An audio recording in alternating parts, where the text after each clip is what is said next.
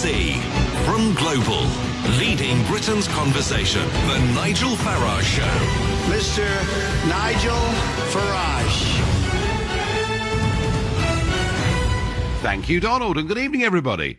So back in 1990, the UK's population was about 55 million people, and it had been settled there for a very, very long time. Boy, how things have changed. Our population now officially is 65.6 million, although I have to say, somewhat cynically, I suspect the reality is it's quite a bit higher than that. We've no idea whether it's 1 million or 2 million illegal immigrants that are living in the country. But a projection today from the Office of National Statistics says that our population will go through the 70 million mark towards the end of the 2020s. They make the point that 77% of the projected increase will come directly or indirectly from immigration. So we've already seen a huge rise in our population, and there is a lot more to come. And I'm asking you tonight, do you think we can cope with this increase?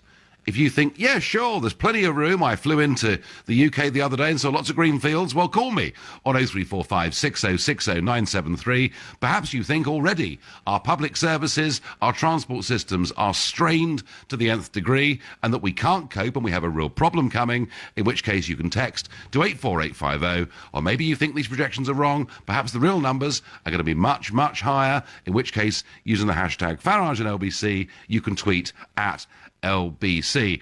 So there are two big arguments here that I can see. One is that the country, the economy, simply can't cope without immigration. That actually it's been a good thing. It's brought economic benefit. The GDP of the country has gone up over the last 20 years as a result of immigration and will go up further if we continue with these numbers. The counter-argument, and the one that I believe in very strongly, is that you can't actually measure everything in this world by GDP numbers. There is something called the quality of life. And I remember very well, I was late for a meeting in Swansea a few years ago, very late for a meeting. And I sort of half-jokingly said, well, of course, the traffic in this country is getting worse because there are more people on the roads. Well, of course, I was met with the howls of outrage and indignation from the liberal media. But you know what? There was a report out a couple of weeks ago saying the British economy is losing out by about £9 billion a year from people stuck in traffic jams. My argument is we can't cope. My argument is, yeah, there may be plenty of green fields on which we can build houses if we want to build on the green belt. But what nobody has ever factored in to any of this when they say, is immigration a net plus or minus for the UK economy? What nobody ever factors in is the sheer capital cost of having to build more roads, more schools, more hospitals, and I don't think we're in any fit state to cope with another big increase in our population. Do you know, last Friday night, King's Cross Station was evacuated. No, it wasn't a bomb scare or a hoax. It was simply because of overcrowding. So I would suggest we've got a real problem. I think we're going to struggle to cope if our population goes through 70 million in a few years' time. Stuart in Putney is my first caller on this. Stuart, do you think we can cope? Yeah, I think actually we can't cope without it, and that's just not from a liberal point of view. I just think from a practical point of view, is what's kept our economy growing. Right. It's kind of inflated the country, and the only thing what's really sad is people complain of crowded streets and everywhere's being crowded, which is fair enough. But I remember the 80s and ghost towns, and you see what it's like when people leave or when things become quiet. Is actually worse. So I kind of think until we manufacture things and our economy diversifies and we start to get a more solid economy on different grounds, I think we can't cope without it. I think it's what actually has helped us. Stuart, I've certainly seen what depopulation does. I went to Lithuania a couple of years ago, met the Prime Minister, various officials, talked about their situation, their problems. Since they joined the European Union, a quarter of their population has just left the country. So they haven't got, their young professionals, their doctors, their dentists, their accountants, they've all fled. And there are big parts of rural Lithuania where you just drive past boarded up house after boarded up house. So I get the point that depopulation can bring some huge problems. But no one's suggesting that Britain's going to be depopulated. I mean, Stuart, do you catch the London Underground on a regular basis or not? Occasionally. It's always been bad. Well, I tell you what. For various reasons. But not, I tell you what, it's a lot more. It's a lot more crowded now than it was 20 years ago. And the argument I'm making, Stuart, to you, and you're giving me an economic argument, but would you accept my point that even if big inflows of migration have been good for GDP, and for growth figures and all the rest of it, would you accept my point that none of these studies ever take into account the capital cost of having to build more schools and more hospitals? I accept that point, but I think on balance it's still net benefit because there's more money, the economy's been growing, it's been relatively healthy. So I think on balance at the moment, I fear that we can't afford not to have population growth, which is a kind of negative statement about our economy, but that's where we're at. And what about the quality of life, Stuart? I mean, if we spend another 2 or 3 hours a week in the car because the roads are busier, that's not exactly, well, mind you, you can always listen to LBC, I suppose, but in general terms, that's not good for our quality of life, is it? No, but I don't think that's the reason why we do that. Unfortunately, I read something the other day about the terrible roadworks and just cycle lanes. I don't think the population growth, particularly, we've just built more roads. There is plenty of space. As I say, it's net benefit. I get your point, right. But I think it's better than being poor. Stuart thinks it's the lesser of two evils. He thinks we can't afford to go on without it, and he's made his point very clearly. Herbie in Harrow is calling me. Herbie, good evening. Good evening, Nigel. So can we cope, Herbie, with a population that continues to explode? We can't cope, Nigel. Look, we've got a housing crisis now. Yep. With the amount of people we've got here. With 17 million, it would become even worse than what it already is. The hospitals can't cope. The doctors can't cope. The schools can't cope. The government's got this warning, and what do you think they're going to do? They're going to sit on their hands and do absolutely nothing until it's too late, until the whole economy collapses through pressure. It may be worth reminding people, Herbie, but at the moment, despite the fact that 16 months ago we voted Brexit in a referendum, we still today have free movement of people from another 450 million people from the EU who are entitled to come to this country. And given that the government now wants there to be a transition period that almost certainly would take us up to the next general election, none of this looks like stopping in the short term, does it? No, it doesn't. And the thing is, Nigel, what people seem to forget is there's over 50 million dispersed people around the world. They want to go somewhere, and it looks like a lot of them are heading for here, for God's sake. What we're going to do if we had another 20 million people coming here in this country? God knows, we can't. Well, I don't think we are going to have that number, Herbie. But we're going to have a few amount. But we're going to have many, many millions more. And yeah, it is posing a real problem.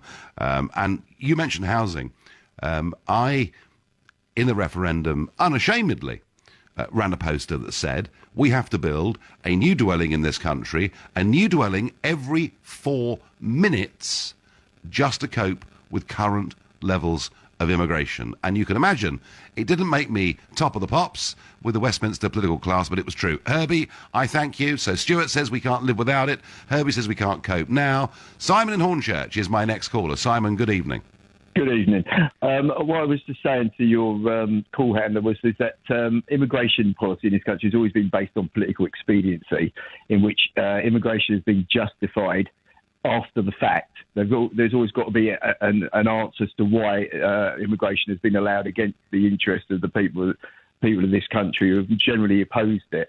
The gentleman you just had on earlier, who mentioned about how it's pumping our economy. Yeah.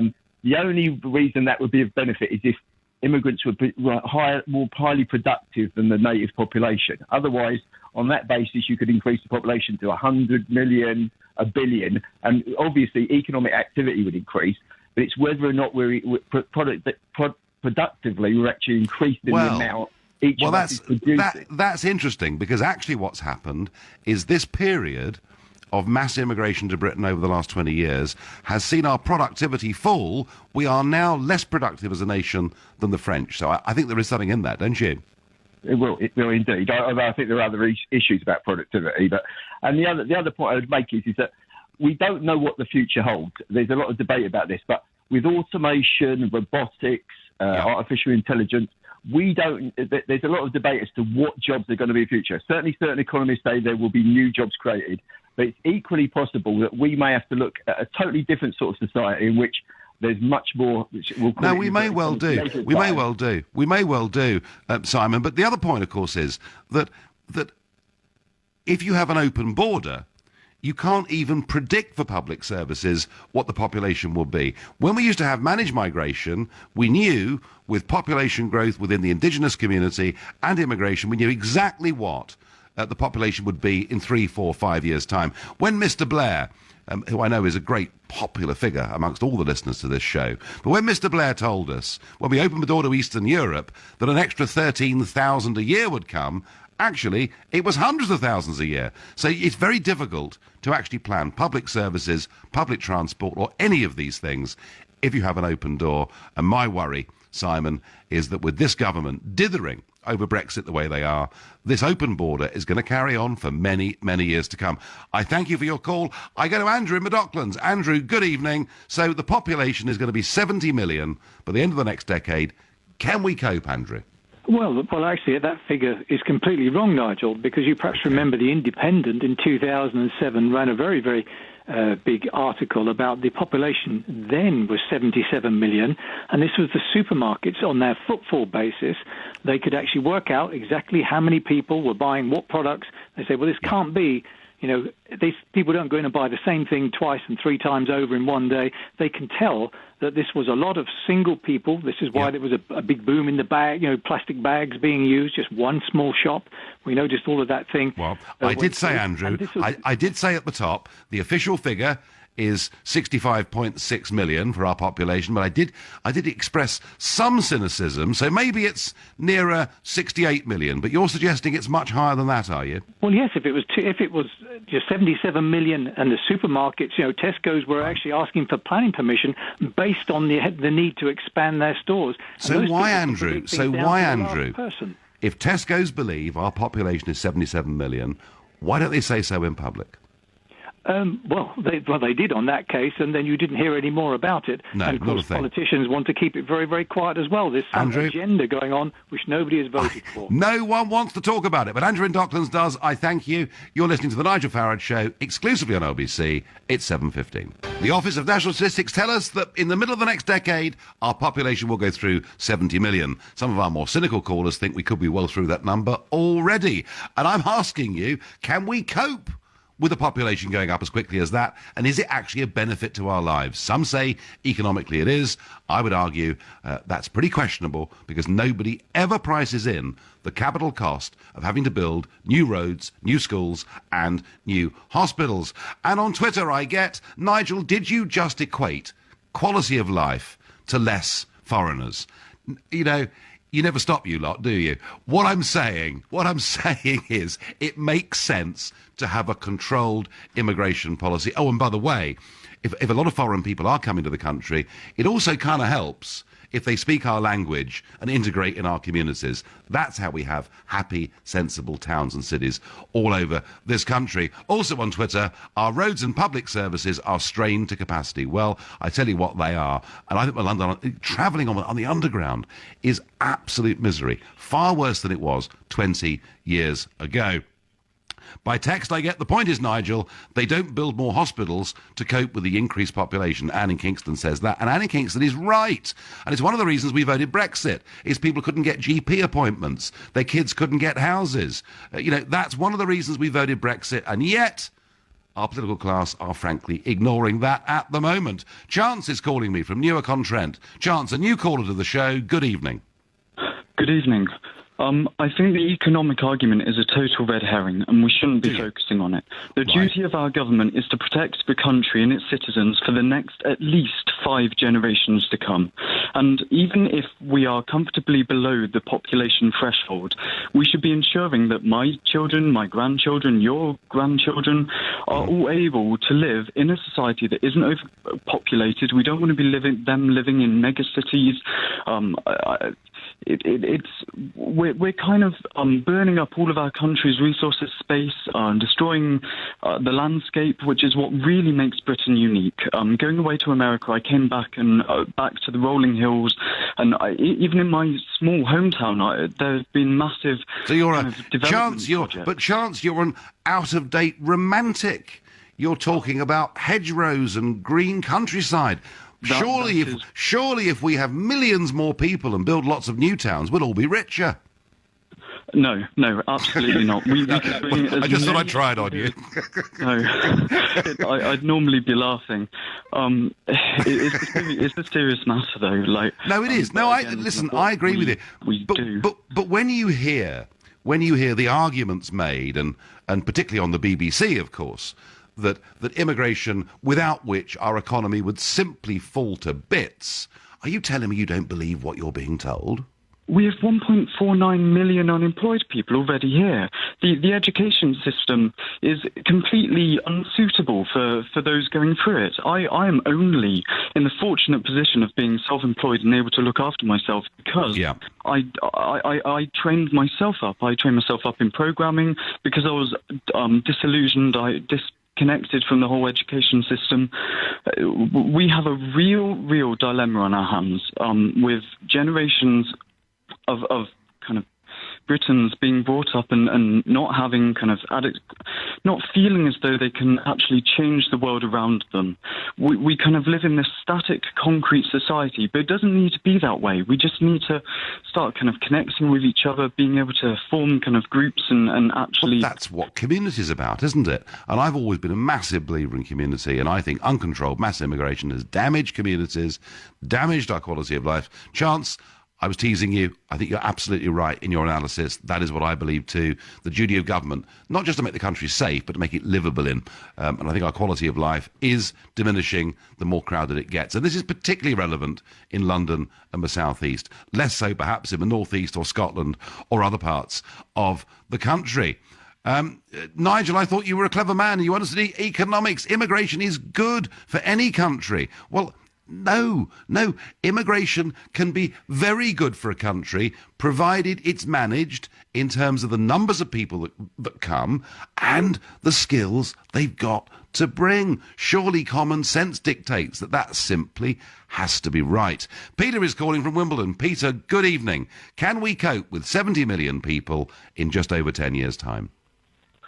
Nigel, I think what you're trying to do, you're trying to appeal to those disillusioned, disconnected, and to those who want to live back, go back in time and live back in the 50s and 60s. But what you're failing to grasp, and most of your followers, is basics of economics and basics of facts of life. And the basics of economics are that economical growth is generated by increasing population because people go and buying houses, people go and buying furniture, people go and buying cars, and that generates growth. And the way you're boring us to death with your love for immigrants. You know, every single subject you're coming up with, it's all immigrants' fault. What you failing? First time, do you know what, Peter? Actually, it's the first time it's been mentioned for several weeks, so you're wrong about that. And of course, you're right. If you have mass immigration, your GDP figures go up. But Peter, let me ask you. Does that mean your GDP figures per capita go up? Does it, so the overall size of the economy grows. Does it make people individually better off? Well, it's up to individually people what they do. It's a government policies who dictates, the rates of pay and minimum wages and so on. There's so many factors you have to take into account. But Nigel, you're forgetting this, that in this country, with a better quality of health service, we're dealing with the aging population, and those aging population need someone to look after them.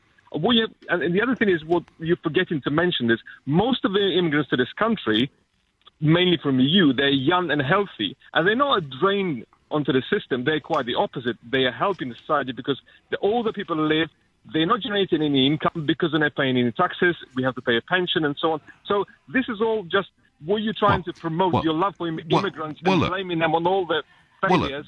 Peter, you are right about an ageing population being a factor, all right? In mid-2016, there were 1.6 million people aged 85 or over, and by 2040, that's going to be 3 million plus. So you're right. Part of the reason that the population's going up is because people are living longer. But it's a very, very small part of the equation. The Office for National Statistics, Peter, tell us that 77% of population increase is through immigration and those immigrants having children. And I would just ask you this. You accuse me of living in the past. There are 200 countries in the world that regulate tightly who can go and live there. Are they wrong? Well, of course they're not, because we could regulate population immigration from non-EU countries when consecutive governments failed to do that anyway. And I agree with that. I agree with that. But the overall point that a big part of Brexit was about us getting control and managing migration in a sensible, grown-up, international way. What's not to like about that? Well, we are failing to control any immigration. What happened is there is a need in this country to have immigrants come into this country. What now is going to happen if you get what you wish? What's going to happen is people will go into the hospital and have plenty of free beds and no one to serve them. That's what's going to happen, Nigel. So before 2004, before we let in 8 and then 10 former communist countries, were the coffee shops unmanned? Were the strawberries rotting in the fields? Were the hotels unstaffed? Were there not enough nurses in hospitals? It's nonsense, Peter. We dealt with all of it. Surely you can see that much of what's gone on here is the free movement of labour is something that's been encouraged by big businesses, the multinationals, the rich. I'm not against immigration at all, but we need to manage it. And I do genuinely think that with immigration or not, a rocketing population will lower our quality of life. What government needs to do, Nigel, is invest in infrastructure. And what's going to happen? Build more cities, build more roads, and build. And that's what's happened. This investment will help the country as a whole. And consecutive governments have been failing to do this. And now immigrants are to blame, in your eyes. But the taxation, Peter, the taxation from unskilled or semi-skilled labour is never going to fund new hospitals. It's never going to fund new cities. This could come at a massive cost to this country. Well, skilled or unskilled, this country needs immigrants in all levels, not only skilled and unskilled. Why people keep concentrating on unskilled labour? You walk around any building sites around here, it's all unskilled labouring, and done by foreigners, by people from EU countries. Yeah. And driven the prices down and driven people out of work. Peter, it's not worked on the building sites very effectively. By the way, what do you think the right level of annual immigration is, please? Well, I'm not a politician. I'm not the person who runs the immigration. But you're all for it, so you must have some idea. Well, the reason immigration happens, Nigel, is for two reasons. First of all, this country is very attractive to people who create business, and when you create business, you have working spaces and people can easily find work. And the other thing is that there is a demand for it. If foreigner comes to this country, doesn't matter EU or non-EU country, if they can't find work or find themselves useful in this country, they will fail. But the problem is that most of the foreigners who leave the comfort of their own country and come to this country, they are willing to work double and twice as hard as the people. In some cases that is true. Of course it is. But equally, through an open door policy, we've let people in who've not been a benefit to this country in any way at all. I can see, Peter, you and I are never ever going to agree on this, but I'll try one last thing on you. Would it make sense, rather than having the open door to the EU that we've had for the last few years, would it make sense, going on from here, for our immigration to be based on a skills and points-based system and controlled in terms of numbers? You can control everything. You can't control everything, Nigel. The problem is that the benefits you're going to get from it, they're going to be so tiny, so that all the disadvantages you're going to get from leaving the single market is going to be so detrimental. So you think we should... So let's just be clear. You think we should continue with open-door immigration to the rest of the European Union? It's not an open-door immigration. People who come over here in this country, like France and Germany, if they can't find work within 3 months, they lose all their benefits and everything else. So the failure of this government is just to implement them laws and the ability to do so. Okay. And that is what Theresa May, as a Home Secretary, failed to do so for 5 years. Well, I'll tell you what, Peter. One thing, we'll finish this phone call on a note of strong agreement. She failed completely to control non-EU immigration, over which we do have power. You are right. I thank you for your call. You're listening to the Nigel Farage Show, exclusive in LBC. It's 7:30. Well, I can't believe there are still people out there who think that open-door immigration makes sense, but they do. And that against the background that our population is set to rocket to 70 million towards the end of the 2020s. I'm asking you whether we can cope. But a couple of other things today that have struck me really very, very much between the eyes. One is that we learned today in the House of Commons that during the transition period, which is intended to kick in after March 2019, during that period, the Common Fisheries Policy, all of their rules regulations, their quotas for what commercial fishermen can catch, their limits on sea anglers, telling them they're only allowed to take one bass home for 6 months of the year and none for the other 6 months. All of that, apparently, is going to stay in place. And surely one of the reasons we voted Brexit is to take back our territorial waters. One of the things that appalled us was the sight of hundreds of thousands of tons of good prime fish being thrown back dead into the North Sea and elsewhere. And yet the government is prepared for all of that to continue during the Brexit period. This is not what we voted for. And next week, we will do something on this show, because a few weeks ago, I went down to Ramsgate, boarded a boat run by a father and son, netters, and they showed me the fish they were catching and the fish they were having to throw back. And frankly, it's a pretty sickening sight. So we'll talk about this next week in a lot more detail.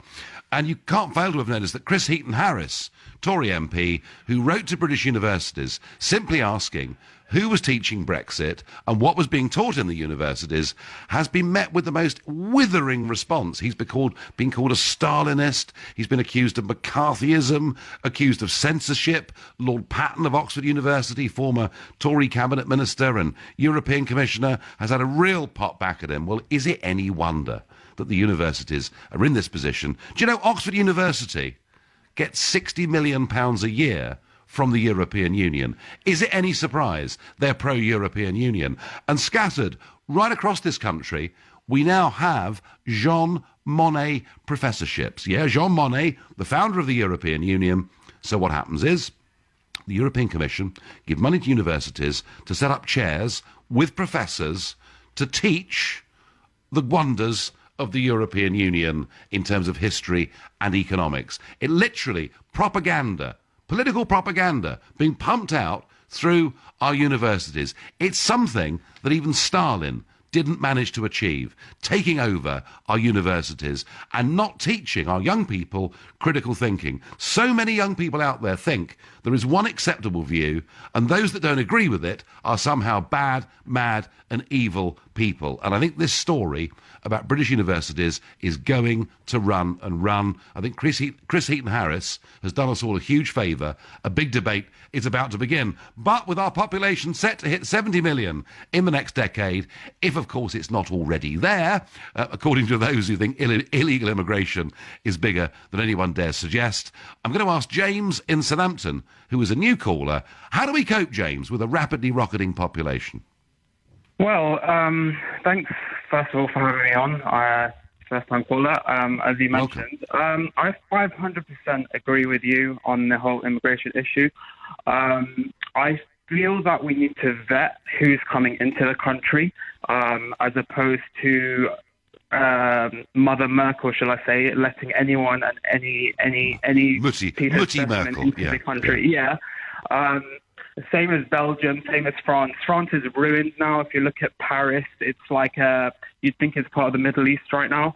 And I can say that actually because if anyone's thinking that, I'm being racist, I'm actually Moroccan Lebanese. So I'm actually, from that, shall I say, from that race that people like to, which hasn't got the best name, shall I say, in the media at the moment. But yeah, again, I 100% agree with you in the sense that my dad came over from Morocco back in 1990. He's actually a professor with a PhD. They fly him out to several different countries because of, how qualified he is. My mom is a social worker, works for works in the government, and I'm actually working in cybersecurity. So it's nothing to do with race.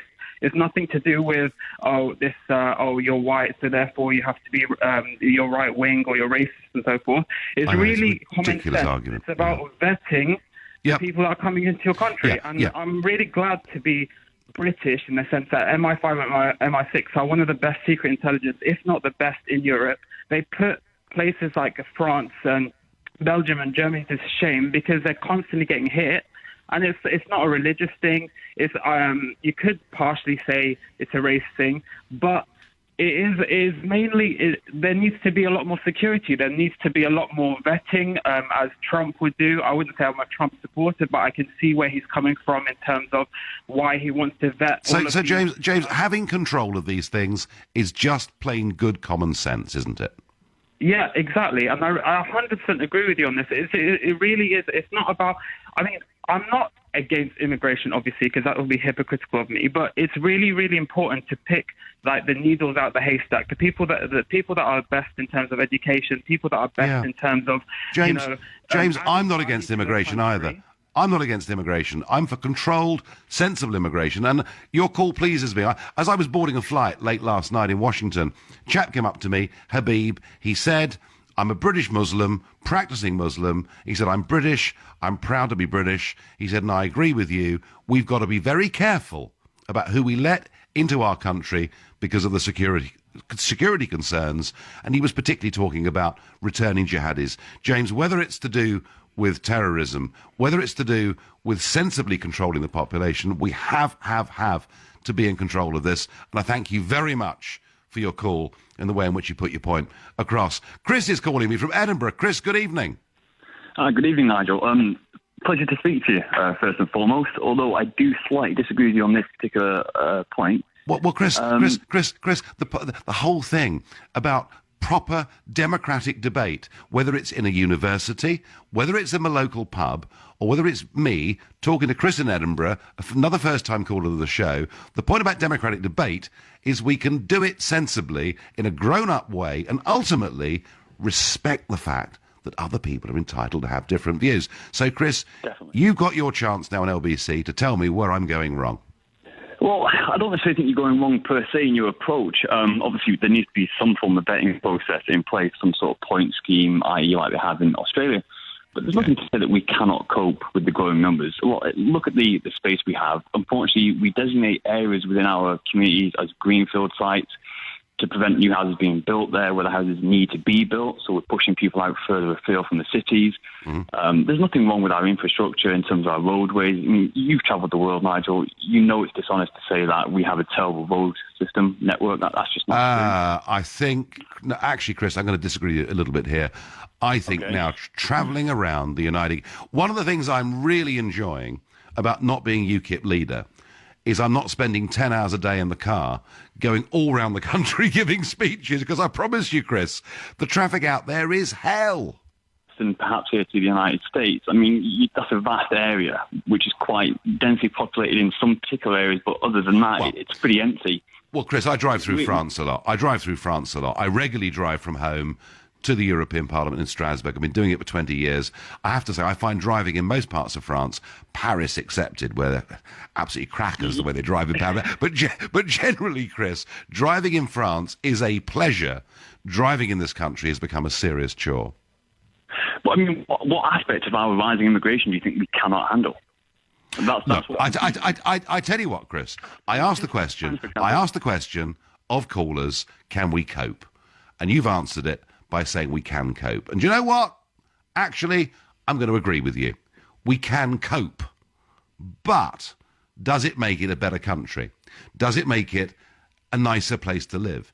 Does it improve our quality of life? And I'm going to argue, Chris, that it won't. And you live in Edinburgh, but I promise you, people living in London, working, travelling on the underground, or those people who were evacuated last Friday from King's Cross Station because of overcrowding, I think, Chris, a population rising as quickly as it is, without an infrastructure growing to match it, reduces our quality of life. That's really what I'm saying. If I may, if you look at Japan for the time being, Japan back in 2006 had a population of, I think it was like 6% over the age of 65. Now that's 26%. And they reckon that by 2060, over 50% of Japan's population will be over 65. And that's because they've turned their nose up to immigration. And now they're facing serious problems in the next 40 years. And they're trying to encourage people, skilled labour, unskilled labour, to come in and help with their ageing population. If we were to stop immigration, even for the sake of 10 years, we'd have consequences down the line for it. Well, Chris, I've acknowledged already, haven't I, in this show, that we have 1.6 million people over the age of 85, and that would be 3 million people by 2040. I acknowledge there is a problem with an ageing population, but mass uncontrolled immigration isn't the answer, because in turn, immigrants get older too. But I do acknowledge there's a problem. Chris, I thank you very much indeed for your call. Neil says to me on Twitter, can I remind you that the Tories stated they would cut immigration to the tens of thousands in the last 3 elections. I know, Neil. It's why I'm probably more disenchanted with the career political class now than I've been at any point in my life. You are listening to the Nigel Farage Show, exclusively on LBC. It's 7:45. Our legal population continues to rocket. I guess the illegal one probably does as well. And we're going through 70 million people before the end of the next decade. I'm asking, can we cope? But I'm really asking, does it make it a better place to live? And I genuinely don't think it does. I think there is not a cat's chance in hell of housing, of schools, of hospitals, of roads, of any form of public transport ever catching up with a population increase of that size. That is my view. On text I enjoy your LBC slot, Nigel, but stop with the immigration stuff. It is part of everyone's life across the globe. Give it a rest. Information, goods and services don't have boundaries. It's only natural that humans will follow, says Kiz. But Kiz, there are 200 countries in the world where they do actually control sensibly who comes in here. It's just us, it seems, that has got this completely and hopelessly wrong. Chris in Essex says, the same people who praise open-door immigration are exactly the same ones who object to more motorways being built and a third runway at Heathrow. They don't realise that with an expanding population comes an expanding infrastructure. Yeah, I'm absolutely... And I remember in 2015 debating with Sturgeon, with Miliband, and it was one of those big election debates. And I said, does anybody on the panel think there might be a link between the housing shortage in this country and open-door immigration? Oh, no, they all said. The government's just not building enough houses. Well, how can the government build enough houses if with an open-door immigration policy it hasn't got a clue how many people are coming in to the country? But I have to say, I didn't manage to get through to them. There you are. Michael is calling me from Yattendon in Berkshire. Michael, good evening. Hello, Nigel. How are you doing? I'm doing very well. So come on, you've picked up the phone, first-time caller. What motivated you? Well, population has always been a bit of an issue for a small island like us. And honestly, when you look at the globe, it's a lot of a bigger issue. As a species, we are grossly overpopulated. We're at, what, 7, getting close to 8 billion now? 7.3 billion, I think, is the official figure, yeah. Yeah. And I can't remember where it was I came across this, but they estimate that as a species, we should only be about between 3 and 5 billion. So we are way higher than what we should be. And a lot of it's down, I mean, I don't want to put too much blame on the poorer countries, but a lot of it's down to this misguided notion of having as many children as possible, and it doesn't actually help them. It just causes more problems. There's more of a drain on the limited resources they have, and it just doesn't fix anything. Now, if we were to take that... Well, there was a thing, Michael, a few years ago, the Optimum Population Trust, and indeed the Green Party very much endorsed this, and I would agree with you, Michael. I think actually overpopulation is the biggest problem mankind faces on the planet today. And any concerns we have about global warming, about CO2 emissions, or whatever it may be, population actually is at the root of all of it. But, Michael, we're not having a debate tonight about the global population, important though that is. But I am asking, can we as a country cope with our population going up the way that it is? And is it desirable for our way of life? No. We may be able to manage just about now, but as a small island, there's no way we're going to be able to cope in the future. Like, we only have a limited amount of space to work with, limited amount of beautiful Greenland to work with. And, sure, we could build more roads, more housing, more infrastructure, and we can accommodate for more people, but the same problem's just going to come back around. It's going to get filled up, and then we're going to just run into the same problem, and we're going to keep running out of more and more space, and we're just going to turn into this a dystopian giant megacity of just concrete and metal, and it's going to be... Well, that's a horrible thought. There is quite a lot of green land out there. Some of it we wouldn't want to build on. Yattendon, of course, where you are, is a beautiful village, isn't it? Yeah, I absolutely love it. I've been in my whole life, and I love getting around the place. Yeah, I played cricket there about 15 years ago, and I have to confess, I was caught behind off the first delivery. And after that, I joined the Primary Club, a charity for cricketers who've been out first ball in any form of cricket. And they give money every year and help blind people play sports of all kind of different kinds. So I have fond memories of Yattendon, Michael, even if I did get a duck. And I thank you for calling in. Hugh is calling me from Duns in the Scottish Borders. Hugh, good evening. Good evening, Nigel. Great to speak to you. Now, you live in one of the most sparsely populated parts of the entire United Kingdom, so perhaps this doesn't seem to be a big problem to you. I mean, you're right in terms, we don't have as much in terms of the kind of immigration issues that affect other parts of the country. And we could, desperately do with economic development. In fact, coming up to Berg-upon-Tweed, we don't even have a dual carriageway. So it's, when you talked about how hard it is to get around, although the local areas are okay, if you're going further, it's horrendous trying to get to Newcastle and beyond. So we don't have those problems. But I think on the whole issue of immigration, we have to control it. I mean, look at the countries that have done, like Australia and before Trudeau, Canada. They helped, they avoided the recessions because they were sensible and they had very good economic policies. And I think that goes hand in hand with a sensible immigration policy. I mean, look, Canada and Australia, not a penny piece of taxpayers' money was used to bail out the banks in those countries. That wasn't just because of immigration policy. It was because of good government, and perhaps, Hugh, good immigration policy is a symptom of good government. Yeah, and I also think, we've had 3 million people at least come in the last 20 years. And every day you kind of, avoid hearing about the problems you have in the NHS, the problems you have with housing. I mean, it's like the pig flying across the room. It's so obvious, isn't it? It's so obvious, and yet nobody sitting on those front benches in Westminster dares talk about it. They think the immigration question has gone away. Actually, it hasn't. It is still the number one burning issue in this country. Not immigration per se, but the effects of it on lives of ordinary people. Hugh from Scottish Borders talking, I thought, a great degree of common sense. Hamid is calling me from Bristol. Hamid, good evening. Good evening, Nigel, and thank you for taking my call. Not a bit. Sorry for my accent. I am French myself, and Yes. I live here in England. Yep. And I indeed disagree with you and the fact that you're saying that basically foreigners coming in England and this increase in population for the future of 7 billion, you say, to 7 billion? 70 million by the end of the next decade is what we're talking about. Okay. And the thing is, I will take just a simple example in history to illustrate what I'm saying. I don't think that it will be the worst place to be, but I think it would be a better place and it will be a chance. And I heard someone just before with a Morocco background who said that we should accept only PhDs and high profile. Here, I understand why he's saying that. But I think we should give the chance, first of all, to everybody, even like people who are escaping the country because they are persecuted.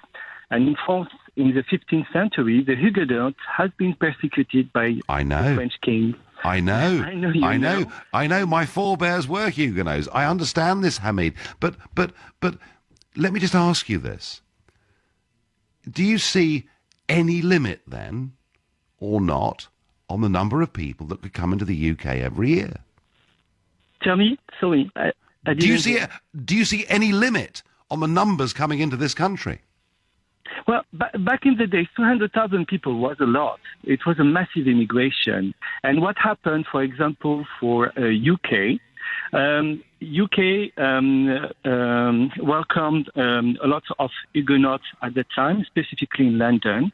Yep. And the next 10 years after the Edidonant has been revocated, basically, and Huguenots have immigrated to England. But it's a lot, Hamid, it's a long time ago. It's a long time ago. I mean, would, let's say, net migration of 500,000 a year, in your view, be acceptable? The first trading place for wool. They were exporting more wool than... Hamid, I know all of this, but let's talk about today.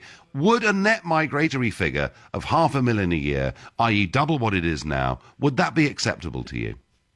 That would be the same today. If you speak about NHS, for example, you have a lot of foreigners, you have a lot of Spanish nurses, you have a lot of... Hamid, this is all short-term stuff. Hamid, look, I understand your argument. You think this is an unqualified good and we can do a lot for the world. Fine, I accept that. I believe there are limits. I don't even need to give you a final thought because Michael has texted me. He summed it up. He said, this is not a matter of blame, it's a matter of maths. Net immigration only adds to pressure on schools, housing, roads, the National Health Service, all of which are struggling, and they are all struggling, and our quality of life is diminishing. Of that, I've got no doubts at all. Well, thank you. I'll be back on Sunday morning. I'll be here at 10 o'clock on Sunday morning. But up next, it's Clive Bull. Nigel, thank you.